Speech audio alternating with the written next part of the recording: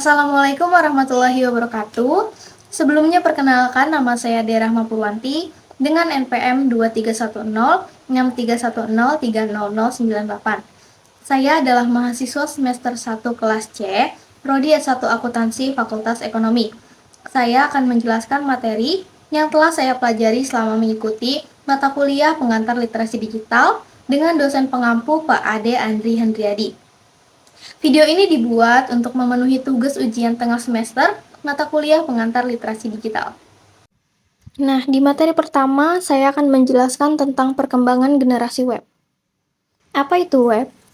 Web atau World Wide Web pada dasarnya adalah sistem server internet yang mendukung dokumen yang diformat secara khusus. Dokumen tersebut diformat dalam bahasa markup yang disebut Hypertext Markup Language, yang mendukung tautan ke dokumen lain, serta file grafik, audio, dan video. Web adalah nama yang diberikan untuk semua bagian internet yang dapat diakses dengan software web browser. Dan web memiliki lebih dari satu versi. Hingga kini, ada 3 generasi web, yaitu Web 1.0, Web 2.0, dan Web 3.0 yang belum terjadi. Kita baru melewati era Web 1.0 dan sedang berada di era Web 2.0. Web 1.0 ada dan dipakai sejak tahun 1990 hingga 2005. Versi web ini disebut juga read-only static karena tidak memiliki bentuk, visual, dan kontrol yang kita nikmati di internet saat ini. Hanya ada tulisan yang memungkinkan pembaca mengakses fakta dan informasi. Lalu ada Web 2.0 yang ada dan dipakai sejak tahun 1999 hingga sekarang.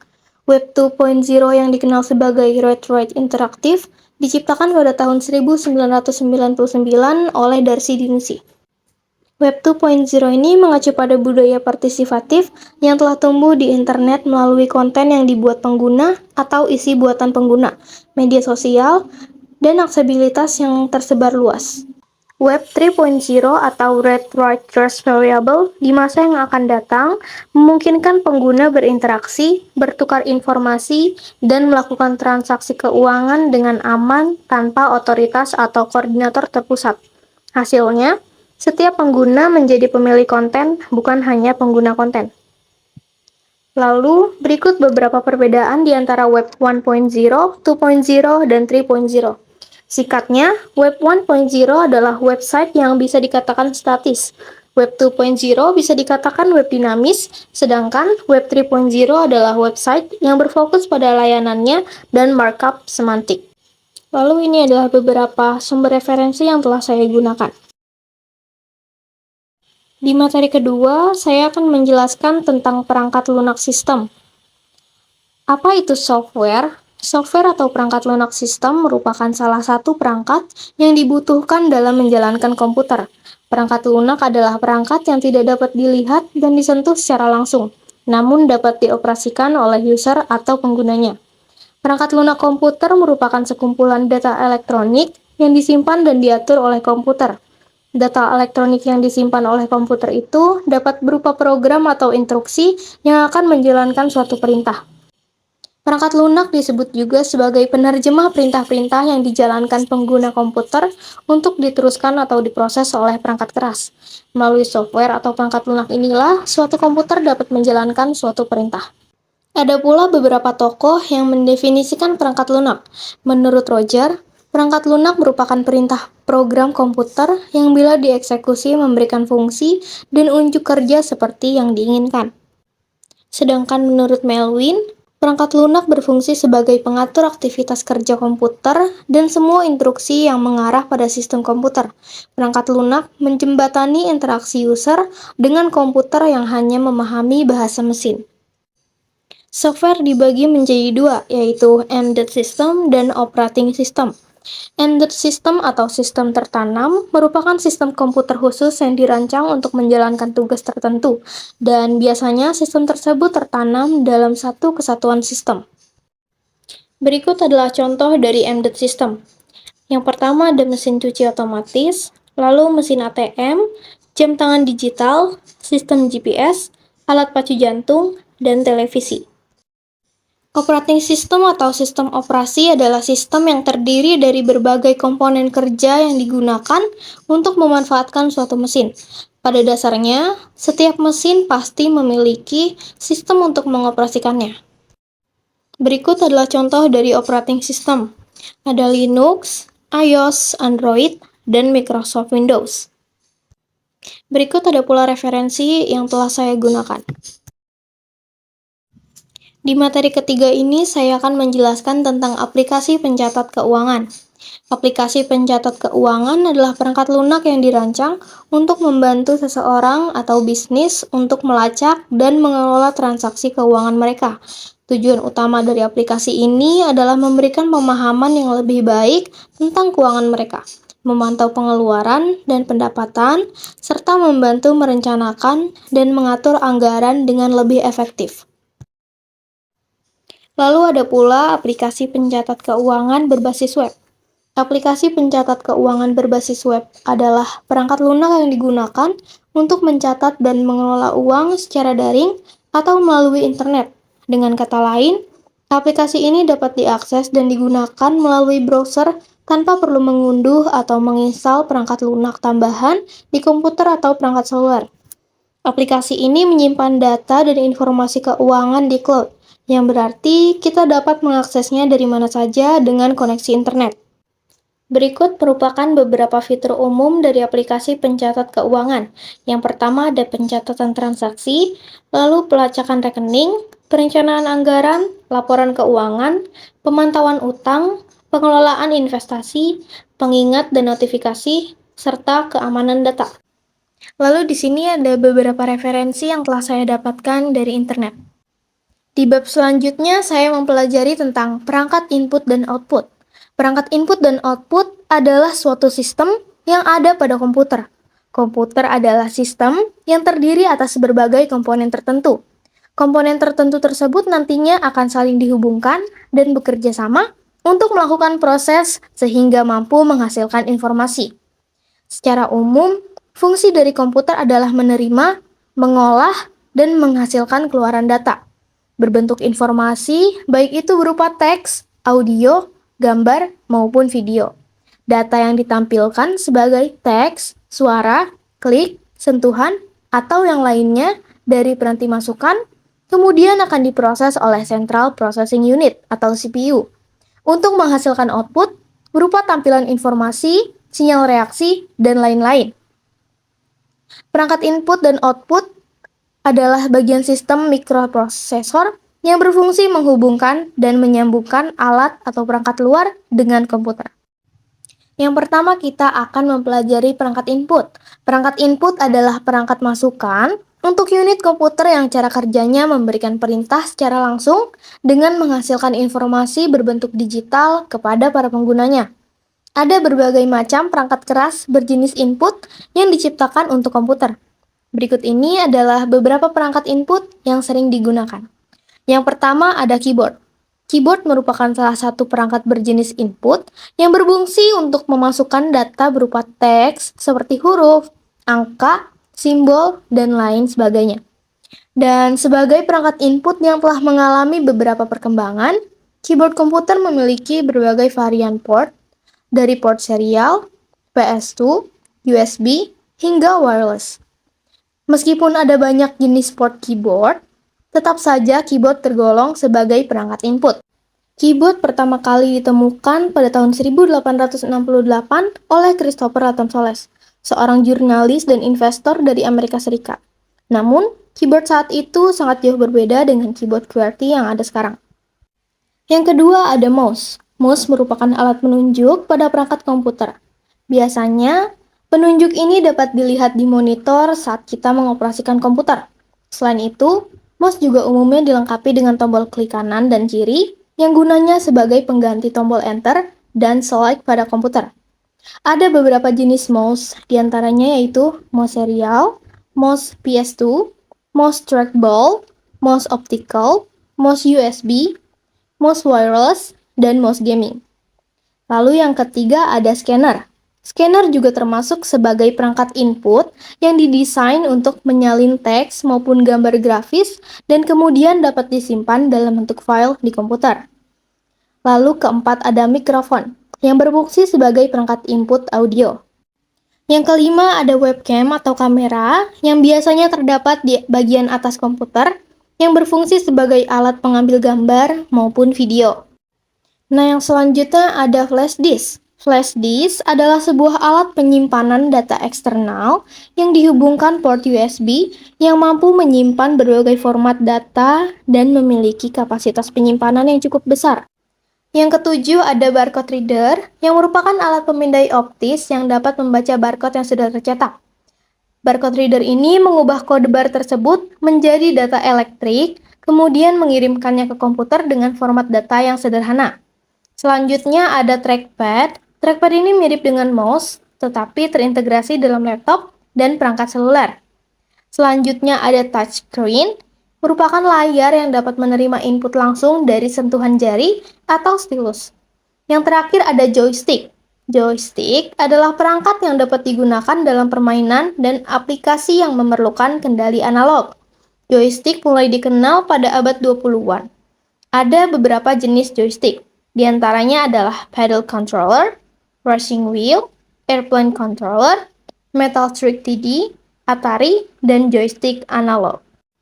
Selanjutnya kita akan membahas tentang perangkat output. Perangkat output adalah alat yang bertugas untuk menampilkan hasil pengolahan dan pemrosesan data dari komputer dalam berbagai informasi kepada penggunanya. Seperti yang kita tahu, informasi yang dibutuhkan manusia sangatlah bervariasi. Ada yang ingin dapat dilihat, didengar, ada pula yang harus dipelajari dalam waktu yang cukup lama. Nah, atas dasar tersebut, maka perangkat output dimanfaatkan untuk memenuhi berbagai keinginan dari penggunanya. Nah, singkatnya, perangkat input mengirimkan informasi ke komputer untuk diproses, sedangkan perangkat output menghasilkan atau menampilkan hasil dari proses tersebut. Nah, berikut ini adalah beberapa contoh dari perangkat output yang sering digunakan. Yang pertama ada monitor. Monitor berfungsi sebagai alat yang menampilkan grafis visual dalam interaksi perangkat input dengan perangkat lunak pada komputer. Yang kedua ada printer, berfungsi sebagai alat untuk mencetak keluaran dari proses yang dilakukan oleh komputer, berupa tulisan maupun gambar secara langsung dengan menggunakan media kertas. Johannes Gutenberg, seorang tukang emas dan usahawan asal Jerman, berhasil mengembangkan teknologi mesin cetak yang telah mengubah teknik mencetak secara revolusioner seiring berkembangnya waktu. Printer terus dikembangkan menyesuaikan kebutuhan pengguna pada masanya. Ada pula beberapa jenis printer, yaitu daisy wheel, dot matrix printer, inkjet printer, laserjet printer, line printer, printer digital, all-in-one printer. Nah, yang ketiga ada proyektor yang berfungsi sebagai alat untuk menampilkan keluaran atau output dalam ukuran yang lebih besar dan lebar. Selanjutnya ada speaker yang berfungsi untuk mengeluarkan audio atau suara. Lalu yang kelima ada headphone, merupakan output audio yang berfungsi untuk mendengarkan suara namun secara pribadi. Lalu ada LED indicators, yaitu lampu kecil yang menunjukkan status atau informasi penting pada perangkat. Yang ketujuh ada plotter, yaitu perangkat yang memiliki fungsi mirip seperti printer, yaitu untuk mencetak grafik vektor.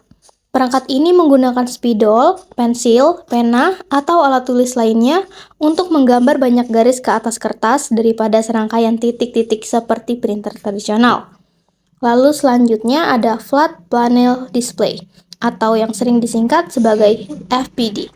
FPD merupakan perangkat output berupa layar tipis dan ringan yang menggunakan teknologi Liquid Crystal Display atau LCD. FPD ini ditemukan pada semua laptop dan menjadi standar baru untuk komputer desktop. Lalu yang kesembilan ada sound card atau kartu suara. Kartu suara adalah kartu ekspansi yang berfungsi menghasilkan suara dari komputer, sehingga dapat didengar melalui speaker ataupun headphone. Sebenarnya, Komputer tidak membutuhkan sound card, tapi perangkat ini selalu disertakan pada setiap mesin dalam satu bentuk atau bentuk lainnya, baik dalam slot ekspansi atau terpasang pada motherboard. Nah, yang terakhir ada VGA yang merupakan singkatan dari Video Graphic Accelerator yang berfungsi mengolah data grafis untuk ditampilkan pada layar monitor. Bisa dibilang, VGA ini adalah komponen utama agar pengguna bisa melihat tampilan berupa teks, gambar, ataupun video pada monitor. Nah, setelah mempelajari tentang perangkat input dan output, dapat ditarik kesimpulan bahwa perangkat output adalah perangkat keras yang digunakan untuk memasukkan data ke dalam komputer. Sedangkan perangkat output adalah perangkat keras yang digunakan untuk mengeluarkan data dari komputer. Nah, untuk contoh dari perangkat input ini misalnya keyboard, mouse, scanner, mikrofon, webcam, flash disk, barcode reader, trackpad, touchscreen, dan joystick. Sedangkan contoh perangkat output antara lain adalah monitor, speaker, printer, amplifier, proyektor, headphone, LED indicators, plotter, flat panel display, sound card, dan VGA. Lalu, ini adalah beberapa referensi yang telah saya dapatkan dari internet untuk menyusun materi kali ini. Nah, selanjutnya saya akan menjelaskan tentang perangkat media penyimpanan. Perangkat media penyimpanan merupakan alat atau media yang digunakan untuk menyimpan data, file, atau informasi digital. Perangkat media penyimpanan ini terbagi menjadi dua, yaitu internal dan eksternal. Perangkat media penyimpanan internal merupakan komponen dalam perangkat elektronik seperti komputer, laptop, ponsel, kamera, dan perangkat lainnya yang digunakan untuk menyimpan data secara permanen. Sedangkan perangkat media penyimpanan eksternal merupakan perangkat yang terpisah dari perangkat utama, seperti komputer atau perangkat mobile yang digunakan untuk menyimpan data secara eksternal. Ini memungkinkan pengguna untuk memindahkan, menyimpan, dan mencadangkan data dengan mudah. Penyimpanan internal dapat dikatakan sebagai memori utama perangkat. Nah, berikut ini beberapa contoh perangkat media penyimpanan internal. Yang pertama ada Random Access Memory atau RAM. RAM menyimpan data, aktivitas, dan software yang sedang berjalan di perangkat. Contohnya, kita sedang mendesain gambar di software ilustrasi. Data yang sedang dikerjakan disimpan sementara di RAM. Kita tidak bisa menjalankan aktivitas apapun di komputer tanpa adanya RAM, mulai dari mengedit dokumen, browsing, menggunakan software, bahkan bermain game. Makin besar kapasitas RAM, komputer pun berjalan semakin cepat dan lancar. Namun, RAM tidak memiliki daya dari perangkat sehingga data yang disimpan di dalamnya mudah hilang. Nah, yang kedua ada read-only memory atau ROM. Pengguna smartphone kerap menyebut ROM sebagai memori internal. ROM pada komputer berbentuk chip memori yang bersifat semikonduktor dan isinya dapat dibaca oleh sistem komputer. Berbeda dengan RAM, data dalam ROM bersifat permanen meski tidak memperoleh daya dari perangkat. Fungsi ROM hampir mirip seperti RAM, yakni melancarkan kinerja sistem dalam perangkat agar pengguna lebih nyaman. Hanya saja, RAM berguna untuk menyimpan OS serta firmware perangkat. Nah, selanjutnya ada hard disk drive atau HDD. Sebenarnya ada dua jenis HDD, yaitu yang internal dan eksternal. HDD yang internal dipasang di dalam prosesor sebagai ROM, sedangkan HDD eksternal bisa dibawa kemanapun layaknya flash disk. Untuk hard disk drive ini akan saya bahas lebih lanjut di slide selanjutnya. Yang selanjutnya adalah solid state drive. SSD dibangun menggunakan rangkaian IC untuk menyimpan data atau file. Jenis ini mulai muncul sejak tahun 1990-an, hingga memiliki kecepatan yang cenderung lebih tinggi. Oleh karena kelebihannya tersebut, SSD kerap digunakan sebagai alternatif ROM dalam menjalankan sebuah sistem bersama RAM. Nah, SSD juga hadir sebagai perangkat penyimpanan eksternal layaknya hard disk drive tadi ya. SSD eksternal biasanya dirancang berukuran lebih kecil sehingga praktis untuk dibawa kemanapun.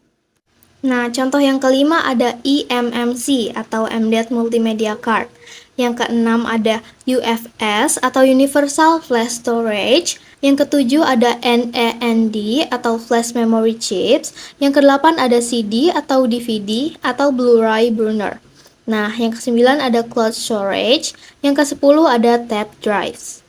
Lalu contoh yang kelima ada eMMC atau Embedded Multimedia Card.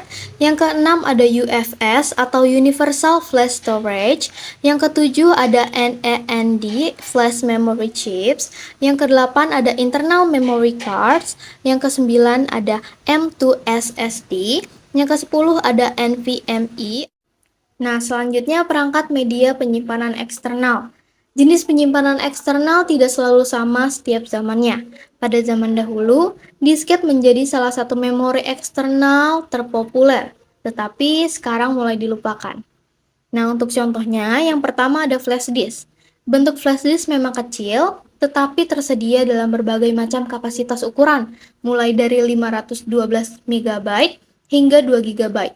Bahkan yang terbaru kini ada 1 TB atau 1000 GB. Oleh karena itu, tidaklah mengherankan jika flash disk menjadi media penyimpanan favorit sampai tahun 2010-an. Namun, flash disk cukup rentan terkena virus sehingga data di dalamnya tidak terbaca dan hilang secara permanen. Lalu yang kedua ada disket. Disket berbentuk persegi, lebih tipis dan fleksibel serta disimpan dalam kotak akrilik. Jenis memori eksternal ini paling banyak digunakan pada masa dahulu, tetapi mulai ditinggalkan. Mengapa? Karena kapasitas penyimpanan disket sangat kecil, yakni 1,44 MB. Disket pun sudah tidak efektif lagi digunakan pada saat ini, mengingat komputer zaman sekarang tidak menyediakan drive-nya. Yang ketiga ada external hard disk drive yang seperti telah saya katakan sebelumnya. Lalu yang keempat ada external SSD. Yang kelima ada network attached storage atau NES. Lalu selanjutnya ada memory card atau memory SD. Penyimpanan eksternal ini tidak hanya ditemukan pada smartphone dan kamera. Memori SD ini ditemukan juga pada komputer dan laptop. Ada pula yang dilengkapi adaptor supaya bisa masuk ke perangkatnya. Ada 3 jenis memori SD, yaitu SD card, mini SD untuk kamera, dan micro SD untuk smartphone.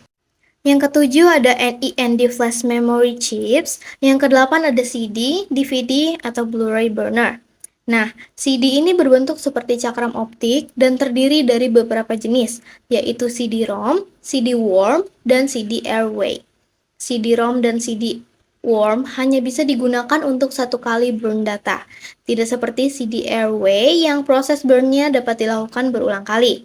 Nah, CD mulai ditinggalkan lantaran proses penggunaannya cukup rumit. Selain itu, tidak semua laptop memiliki fitur CD drive. Nah, untuk DVD, bentuknya sama-sama cakram. Tapi apa sih yang membedakan CD dan DVD? DVD pada dasarnya merupakan pengembangan dari CD dengan kapasitas lebih besar serta mampu menghasilkan video berkualitas tinggi. Tak heran, DVD sering digunakan untuk menyimpan film atau video rekaman. Nah, yang kesembilan ada cloud storage atau penyimpanan awan. Cloud storage ini mulai banyak dilirik saat ini karena kelebihan yang dimilikinya. Media ini tersedia dalam bentuk virtual sehingga membutuhkan jaringan internet untuk membukanya. Data yang ada di dalam komputer disimpan secara otomatis ke dalam cloud storage. Ada pula vendor cloud storage yang menyediakan fitur restore sehingga Anda tidak perlu khawatir jika kehilangan data penting akibat tidak sengaja menghapusnya. Contoh yang terakhir yaitu ada tape drives. Nah, selanjutnya kita akan membahas lebih lanjut tentang hard disk drive atau HDD. HDD ini adalah perangkat penyimpanan data yang menggunakan piringan berputar atau disk yang dilapisi dengan bahan magnetik untuk menyimpan informasi digital seperti dokumen, foto, musik, video, program, referensi aplikasi, dan sistem operasi maupun konten digital tersimpan di hard disk. HDD ini adalah salah satu jenis perangkat media penyimpanan yang paling umum digunakan dalam komputer dan laptop.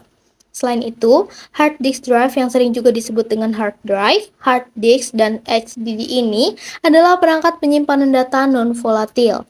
Penyimpanan non-volatil itu berarti perangkat penyimpanan akan tetap mempertahankan data yang tersimpan meskipun perangkat utamanya dimatikan.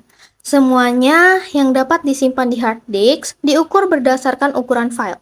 Dokumen atau teks biasanya berukuran sangat kecil, sedangkan foto berukuran besar. Musik berukuran lebih besar dan video berukuran terbesar. Hard disk akan menentukan ukuran file digital dalam satuan megabyte, gigabyte, dan terabyte. Selanjutnya ada cara kerja hard disk drive atau HDD. Pada hard disk, terdapat sebuah komponen yang bernama platter yang terdiri dari material magnetik. Gaya magnet digunakan pada penyimpanan komputer karena dengan demikian, data pada komputer dapat tersimpan meski perangkat telah dimatikan. Ketika data disimpan pada hard disk, data tersebut tidak hanya langsung ditulis begitu saja di platter. Namun, data tersebut disimpan dengan sangat rapi pada pola platter. Bit data tersusun secara konsentris dan melingkar yang kemudian disebut sebagai track. Setiap track dipecah menjadi area yang lebih kecil yang disebut sektor, sehingga begitu banyak informasi data yang dapat kita simpan pada hard disk, meski dengan ukurannya yang terbilang kecil. Singkatnya, HDD bekerja dengan prinsip bahwa data disimpan dalam bentuk sekumpulan magnetik yang mewakili angka biner pada piringan berputar. Piringan ini berputar dengan kecepatan tinggi dan kepala pembaca penulis bergerak untuk membaca dan menulis data pada piringan. Berikut merupakan fungsi hard disk atau HDD. Yang pertama adalah menyimpan data di software, yang kedua membackup data, yang ketiga tempat penyimpanan database, yang keempat menyimpan data dari operating system atau OS, yang kelima adalah menyimpan berbagai file pengguna. Selanjutnya, kita akan membahas tentang sejarah hard disk drive atau HDD. Hard disk pertama kali diciptakan oleh IBM, International Business Machines Corporation, pada tahun 1956 silam, dengan berat 500 kg yang hanya dapat menampung 5 megapiksel. Tentunya, sebuah media penyimpanan membutuhkan kompresor udara bertekanan dan tentunya masih belum bisa digunakan di rumah. Dulu, hard disk disewakan kepada perusahaan-perusahaan untuk jangka waktu yang ditentukan dengan harga sewa yang terbilang cukup mahal, yaitu 5.000 US dollar per bulan. Tetapi, seiring berjalannya waktu, IBM mengeluarkan produk dengan nama IBM 1311 pada tanggal 11 Oktober 1962 dengan kapasitas penyimpanan mencapai 2 juta karakter pada disk. Pada tahun 1950-an, HDD ini memiliki kapasitas penyimpanan kurang lebih 5 MB dan menggunakan piringan berputar dengan diameter 24 inci. Pada tahun 60-an, HDD ini menjadi lebih umum dalam penggunaan komersial dan terus mengalami perkembangan dalam hal kapasitas penyimpanan dan efisiensi. Pada tahun 1970, HDD menjadi lebih kecil dan lebih terjangkau. Muncul beberapa model HDD dengan kapasitas hingga beberapa ratus megabyte. Pada tahun 1980, kapasitas penyimpanan mencapai gigabyte, menjadi lebih kecil dan lebih terjangkau. Pada periode ini, HDD mulai digunakan secara luas dalam komputer pribadi. Nah, pada tahun 1990, HDD ini semakin umum digunakan dalam komputer desktop dan laptop. Kapasitasnya terus bertambah mencapai puluhan gigabyte hingga beberapa ratus gigabyte. Pada tahun 2000, munculnya HDD berbasis serial ATA atau SATA yang lebih cepat dan efisien. Kapasitas penyimpanan meningkat mencapai terabyte dan bahkan petabyte di data center. Pada tahun 2010, munculnya teknologi HDD helium yang memungkinkan peningkatan kapasitas penyimpanan yang signifikan. Nah, sekarang HDD masih digunakan dalam berbagai aplikasi termasuk data center, server, dan penyimpanan arsip besar. Berikut ini adalah foto perkembangan hard disk drive dari tahun ke tahun. Hard disk drive yang pertama itu adalah IBM 350 menggunakan tumpukan 50 piringan berukuran 24 inci. Penyimpanannya hanya 3,75 MB dan ukurannya sebanding dengan 2 lemari es besar. Pada tahun 1962, IBM memperkenalkan disk model 1311 yang menggunakan 6 piringan berukuran 14 inci dalam kemasan yang dapat dilepas dan kira-kira seukuran mesin cuci. Selanjutnya ada jenis-jenis hard disk. Yang pertama itu ada hard disk ATA atau AIDA, hard disk ATA atau Advanced Technology Attachment, dan AIDA adalah Enchanted Integrated Drive Electronic, merupakan standar baku yang digunakan suatu antarmuka berbasis koneksi bus. Disk seperti ini diciptakan agar hard disk mampu bekerja menggunakan bus PCI. Hard disk ini banyak digunakan pada personal komputer. Keuntungan menggunakan hard disk tipe ini adalah harganya murah, dan kekurangannya adalah hard disk ini memerlukan setidaknya 2 controller atau lebih untuk sekedar meningkatkan performanya. Yang kedua ada hard disk SCSI yang memiliki beberapa kelebihan yang tidak dimiliki oleh ATA atau AIDA. Hard disk ini menawarkan sensasi performa yang lebih baik daripada ATA. Kelebihan hard disk ini menjalankan beberapa disk drive yang aktif secara bersamaan. Hal itu dapat terjadi karena setiap disk hanya akan aktif jika drive tersebut akan digunakan untuk keperluan transfer. Cara kerjanya adalah pada kasus adanya permintaan atau request besar-besaran untuk beberapa file kecil yang terdapat pada komputer server. Yang ketiga ada hard disk write. Jenis ini dikenal memiliki performa dan tenaga yang kuat dan handal dalam menyimpan berbagai file besar. Disk ini dapat bekerja dengan baik walaupun komputer dipaksa untuk memacu performa tinggi. Yang keempat ada hard disk SATA atau Serial Advanced Technology Attachment, merupakan versi interface terbaru dari ATA. Kelebihannya adalah hanya menggunakan 2/3 bagian dari ATA. Hard disk ini juga memiliki kecepatan tinggi karena ia memiliki kemampuan untuk mengurangi latensi atau delay. Dalam transfer data, disk jenis ini akan mengurutkan data secara paralel tanpa menggunakan master atau slave, sehingga kabel SATA ini hanya bisa digunakan untuk satu hard disk saja. Nah, yang terakhir ada hard disk SSD. Hard disk ini sudah menggunakan memori komputer atau USB drive. Jadi, hard disk jenis ini sudah tidak menggunakan komponen mekanik di dalamnya, dan tentunya disk jenis ini memiliki kecepatan transfer yang cepat dan harga yang lebih mahal daripada disk jenis lainnya. Selanjutnya ada bagian-bagian hard disk drive. Yang pertama ada spindle, disk, set file, actuator, power port, data cable port, drive configuration port, circuit board, ARM, dan ada write atau write head. Selanjutnya adalah beberapa referensi yang saya dapatkan dari internet untuk membantu saya menyusun materi kali ini. Materi selanjutnya saya akan menjelaskan tentang fungsi komputer di masa depan keuangan atau akuntansi.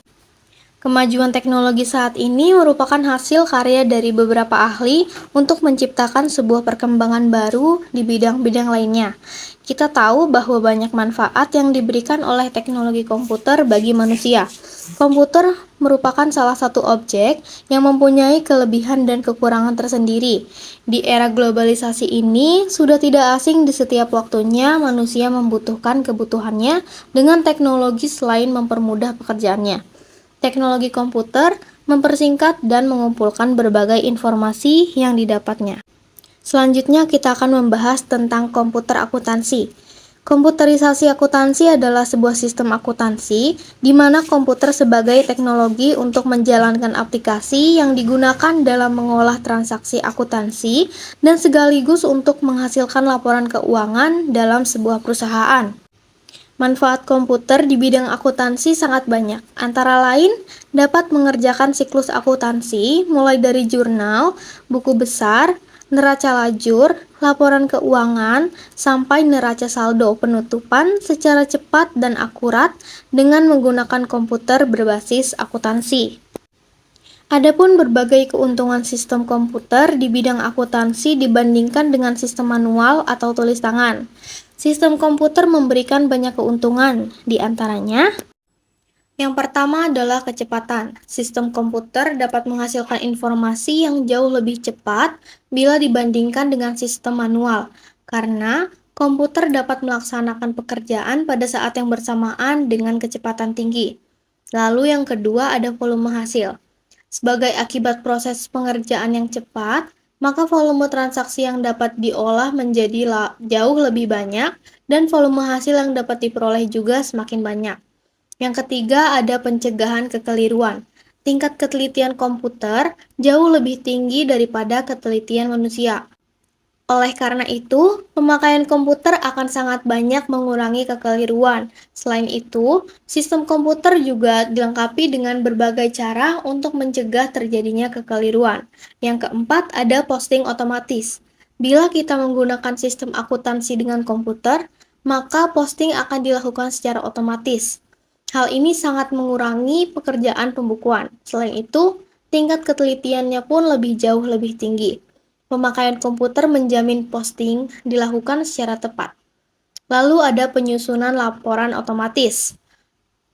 Dalam sistem akuntansi dengan komputer, laporan-laporan dikerjakan secara otomatis. Komputer dapat melakukan proses perjurnalan, posting, penyusunan laporan keuangan, dan laporan-laporan khusus untuk manajemen secara otomatis.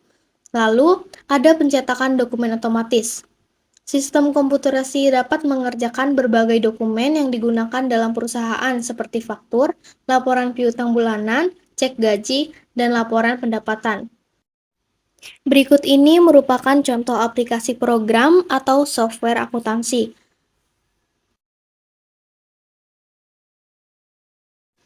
Selanjutnya, kita akan membahas tentang fungsi komputer di masa depan keuangan atau akuntansi. Manfaat komputer akuntansi yang pertama adalah dapat menyediakan informasi yang akurat dan tepat waktu, sehingga dapat melakukan aktivitas utama pada value chain secara efektif dan efisien. Yang kedua, pencegahan kekeliruan karena tingkat ketelitian dan fokus dari komputer lebih tinggi. Yang ketiga, meningkatkan efisiensi. Yang keempat, meningkatkan kemampuan dalam pengambilan keputusan. Yang kelima, meningkatkan kualitas dan mengurangi biaya produk dan jasa yang dihasilkan. Yang keenam, menambah efisiensi kerja di bagian keuangan. Yang ketujuh, meningkatkan sharing knowledge. Ada beberapa jenis sistem akuntansi komputer yang umum digunakan dalam praktik. Di antaranya adalah sistem akuntansi berbasis server. Sistem ini menggunakan server pusat untuk menyimpan data keuangan dan memproses transaksi. Pengguna dapat mengakses sistem melalui jaringan komputer internal. Yang kedua ada sistem akuntansi berbasis cloud. Sistem ini menggunakan infrastruktur cloud untuk menyimpan dan memproses data keuangan. Dengan menggunakan internet, pengguna dapat mengakses sistem dari mana saja dan kapan saja. Yang ketiga ada sistem akuntansi terintegrasi. Sistem ini mengintegrasikan modul akuntansi dengan modul lain seperti modul inventaris, modul penjualan, atau modul sumber daya manusia. Integrasi ini memungkinkan aliran data yang lebih lancar antara departemen yang berbeda. Selanjutnya, kita akan membahas fitur-fitur software akuntansi. Yang pertama, ada fitur laporan keuangan. Tentu saja fitur laporan keuangan adalah yang paling utama. Kita harus memperhatikan kemampuan software dalam melakukan proses akuntansi double entry dan akuntansi akrual. Tak hanya itu, fitur lain yang penting adalah laporan neraca untuk menganalisis kondisi keuangan, laporan laba rugi, perubahan modal, arus kas, laporan jurnal, dan laporan buku besar. Yang kedua ada fitur manajemen utang piutang. Fitur ini juga sangat penting dalam kegiatan akuntansi. Dengan fitur ini, kita bisa membuat laporan utang atau piutang dari pelanggan maupun supplier dan mengontrol kapan waktu jatuh tempo utang yang harus dibayar. Yang ketiga ada fitur forecasting. Kegiatan yang akan selalu ada dalam setiap lini bisnis ini akan membantu melihat status dan laporan transaksi seperti pembelian jatuh tempo, pelunasan, dan lain sebagainya. Tak hanya itu, software akuntansi juga harus mampu memiliki fitur dalam pembuatan faktur dan retur pembeli dan pengiriman pada software produk. Selanjutnya ada fitur budgeting. Dengan adanya fitur ini, Kita dapat mencatat segala laporan tentang budgeting yang telah dibuat seperti membuat anggaran bersisa atau tak bersisa, yang dapat disesuaikan dengan periode aktivitas bisnis kita. Tak hanya itu, fitur ini juga dapat digunakan sebagai cara untuk menghitung anggaran laba rugi. Lalu yang terakhir ada fitur financial forecasting. Fitur ini termasuk salah satu fitur yang paling krusial. Tentu saja dalam setiap jalannya bisnis, menginginkan melakukan estimasi biaya pendapatan dengan tepat. Nah, fitur financial forecasting inilah yang dapat membantu dan mengontrol keuangan dengan bijaksana karena dapat menghilangkan biaya yang tidak perlu dan keuntungan menjadi maksimal. Berikut ini adalah beberapa referensi yang saya dapatkan dari internet yang membantu saya menyusun materi kali ini. Selanjutnya kita sampai di materi terakhir tentang perangkat jaringan komputer. Jaringan komputer atau JARCOM adalah koneksi antara dua atau lebih komputer yang memungkinkan mereka berkomunikasi dan berbagi sumber daya seperti file, printer, dan koneksi internet. Jaringan dapat bersifat lokal jika terbatas pada area tertentu atau bersifat luas jika mencakup area yang lebih besar, bahkan melintasi benua. Adapun contoh jaringan komputer yang mungkin umum dijumpai, yaitu adalah pengoperasian warnet. Pengaturan akses internet pada beberapa komputer klien di sebuah warnet bisa diatur secara terpusat lewat komputer admin. Misalnya, pengaturan untuk membatasi waktu akses internet, kecepatan pengunduhan, akses situs web tertentu, dan sebagainya. Pengaturan antara komputer semacam itu dimungkinkan lantaran terdapat jaringan penghubung, yaitu jaringan komputer. Sementara itu, tiap komputer bisa saling terhubung karena terdapat infrastruktur yang mendukung. Selanjutnya ada jenis-jenis jaringan komputer. Yang pertama ada personal area network. Jenis jaringan komputer ini sangat kecil dan biasanya mencakup area yang sangat terbatas. Biasanya hanya sekitar beberapa meter. PAN dirancang untuk menghubungkan perangkat pribadi atau perangkat yang sangat dekat satu sama lain. Yang kedua ada Local Area Network atau LAN. Jaringan area lokal ini adalah jaringan yang mencakup area geografis yang terbatas seperti kantor, rumah, atau gedung. Perangkat dalam LAN ini biasanya terhubung dengan menggunakan kabel atau nirkabel. LAN digunakan untuk berbagai sumber daya seperti printer, berkas, dan koneksi internet lokal.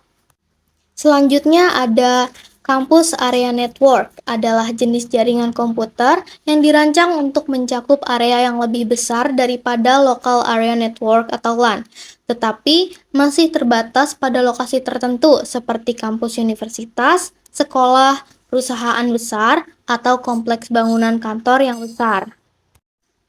Yang keempat ada Metropolitan Area Network atau MAN. Jaringan area metropolit ini adalah jaringan yang mencakup wilayah geografis yang lebih besar daripada LAN. Digunakan untuk menghubungkan beberapa kota atau wilayah yang berdekatan. Contohnya adalah jaringan yang menghubungkan beberapa kampus universitas dalam satu kota. Yang kelima ada Wide Area Network atau WAN. Jaringan luas adalah jaringan yang mencakup area geografis yang lebih luas bahkan melintasi negara atau benua. WAN biasanya menggunakan infrastruktur komunikasi jarak jauh seperti saluran telepon, kabel serat optik, atau satelit. Internet adalah contoh terbesar dari WAN. Yang ketujuh ada VPN atau Virtual Private Network. VPN adalah jaringan yang dibentuk di atas jaringan publik seperti internet yang digunakan untuk mengamankan komunikasi dan menghubungkan perangkat di lokasi yang terpisah. VPN ini sering digunakan untuk mengakses sumber daya jaringan dengan aman dari jarak jauh. Yang terakhir adalah Cloud Network. Jaringan awan adalah jaringan virtual yang berbasiskan komputasi awan dan infrastruktur yang digunakan untuk menyimpan data, aplikasi, dan layanan di pusat data yang dapat diakses dari mana saja melalui internet. Perangkat jaringan komputer adalah perangkat keras dan perangkat lunak yang digunakan untuk mengelola, mengatur, dan menghubungkan perangkat dalam jaringan komputer. Ketika komputer terhubung, komputer dapat mengirim dan menerima pesan atau informasi. Ada banyak jenis perangkat jaringan. Meskipun memiliki fungsi dan peran yang berbeda, perangkat jaringan ini saling mendukung kinerja satu sama lain. Jika ada satu perangkat yang tidak terhubung dalam jaringan, perangkat lain akan terganggu dan tidak berfungsi. Perangkat jaringan komputer yang pertama adalah server, yang berfungsi sebagai tempat atau media untuk menyimpan informasi serta mengelola jaringan komputer. Server memiliki spesifikasi yang lebih tinggi dari klien, karena tujuan dari dibuatnya server memang untuk melayani komputer klien.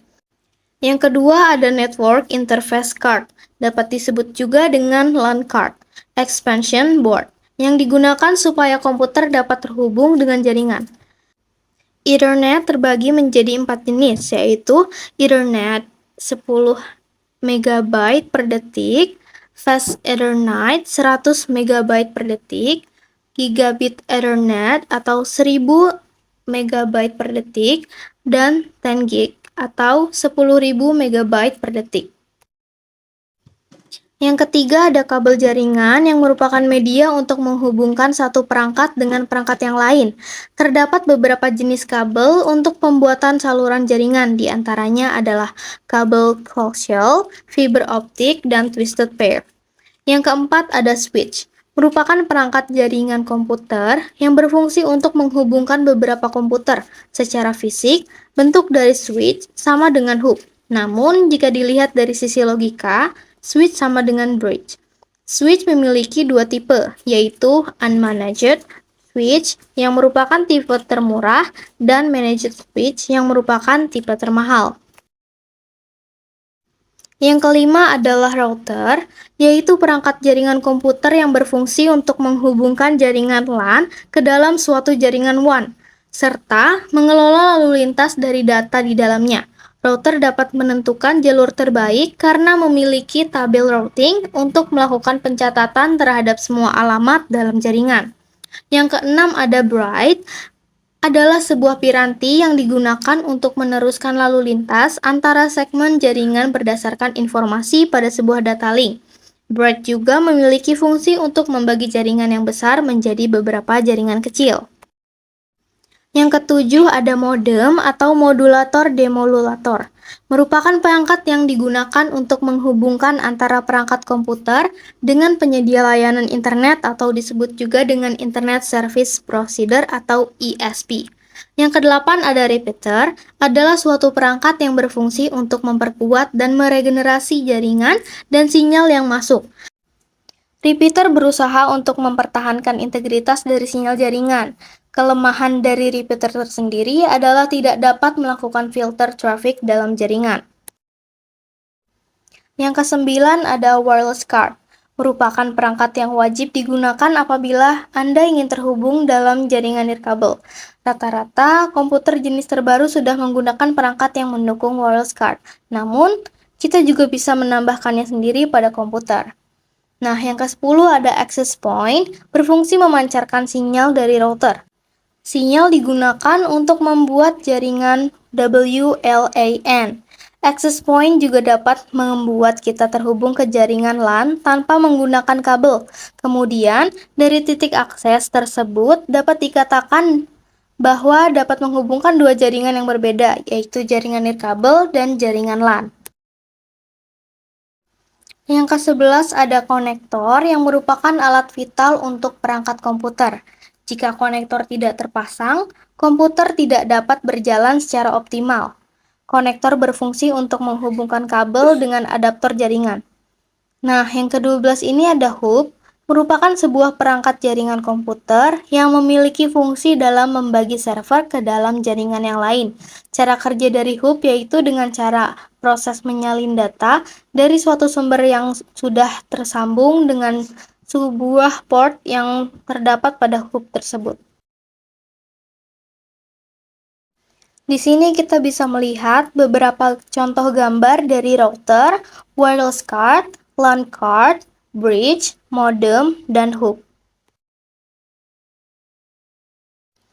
Lalu ada access point, switch, repeater, NIC, kabel, dan konektor. Berikut ini merupakan beberapa referensi yang telah saya dapatkan dari internet dan jurnal untuk menyusun materi tentang perangkat komputer jaringan ini.